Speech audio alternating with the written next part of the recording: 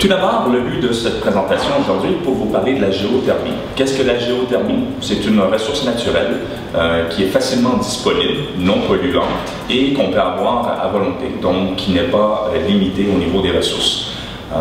Deux contraintes, par contre, qui existent actuellement sur le marché, c'est que la première, les coûts qui sont très élevés, et la deuxième, c'est également le fait qu'il faut avoir une accessibilité au sous-sol, donc soit en dessous de l'édifice ou soit adjacente.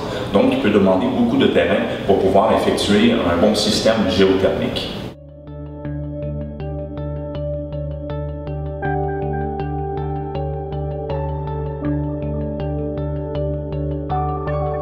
Cette technologie est une technologie qui date de plus de 20 ans. Donc, on a eu la chance de pouvoir expérimenter un peu le côté durabilité et également fiabilité au niveau des coûts énergétiques.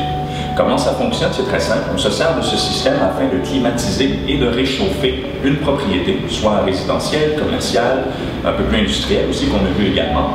Comment ça fonctionne? C'est très simple. C'est qu'on se trouve à avoir un système de tuyaux de canalisation qui font soit des boucles horizontales ou verticales et on achemine du liquide à l'intérieur de celle-ci pour pouvoir réchauffer adéquatement ou climatiser adéquatement l'immeuble en question.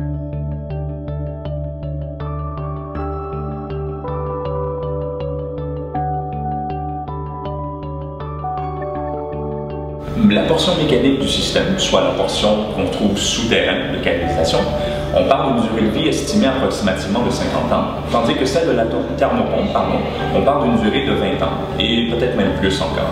Ce qui fait en sorte que ce système a une très bonne, si vous voulez, durée de vie, mais également qui se rentabilise assez facilement au niveau des coûts énergétiques, sachant très bien que le gaz, le mazout, l'essence, tous ces types de carburants, si vous voulez, qui sont consommables, seront probablement appelés dans le temps à prendre de la valeur, donc à être plus dispendieux au coût accessible.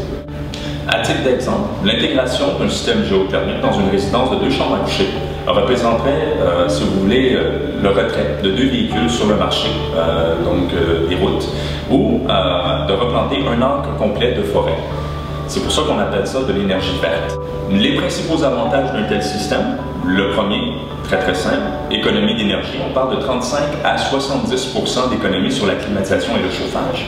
Le deuxième étant le réservoir d'eau chaude, entre 30 et 50% d'économie. On a également le fait qu'il n'y a aucune émission de gaz, de CO2. Une température constante, si vous voulez, aussi, en même été ou hiver dans votre superficie habitable, dans les chambres à coucher aussi également, et une maintenance qui est pratiquement inexistante de la thermopompe.